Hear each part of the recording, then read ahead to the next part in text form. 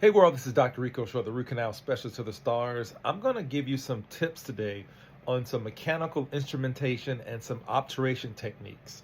And I'm going to be using this plastic block here. You can see the plastic block here. And we are going to be using the Kerr. These are new files, the Kerr Zenflex CM files.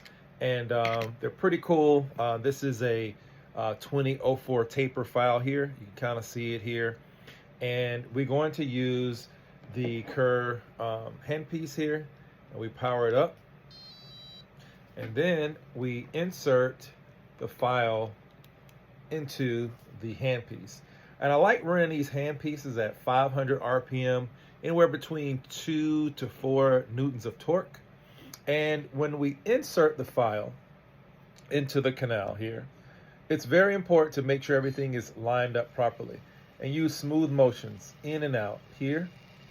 And as we create the canal, notice the file itself follows the canal actually shape.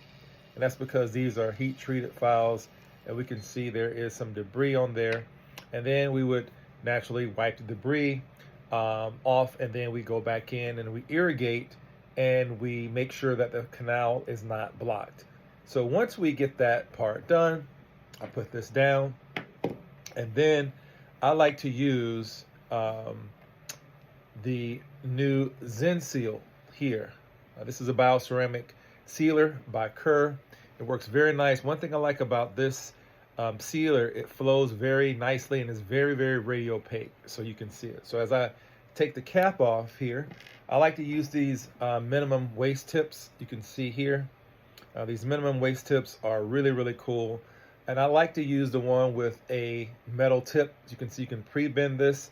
The silicone tip, I don't like that much because it's really hard to get inside some of the curved cases, but you can really control this metal tip here, and it can lock on.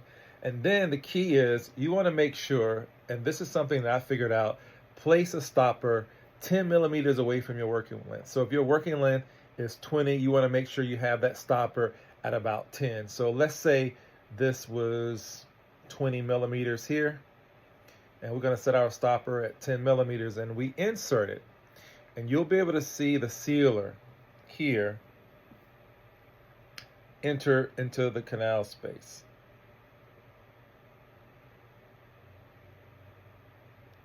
So you can see the sealer there.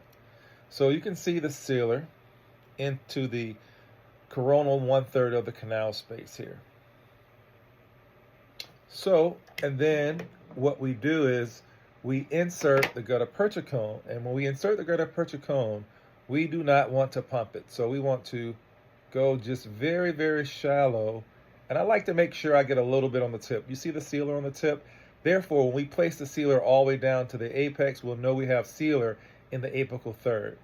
And as we place it very slowly, watch the gutta percha push the sealer all the way down to the apex here. And notice when we place it, there's not a lot of overfill. And the reason is because I figured out if you are 10 millimeters away from the apex with this bioceramic sealer, you don't really get a lot out, which is nice. So if you pump it though, it's going to be too much, and it's going to come out the tip of the apex, and it can create some issues as well. So now we have it in place. So how do we basically sear it off? I like to use the Kerr heat tip here. And so we basically can see it here, and we activate it, and we just sear it.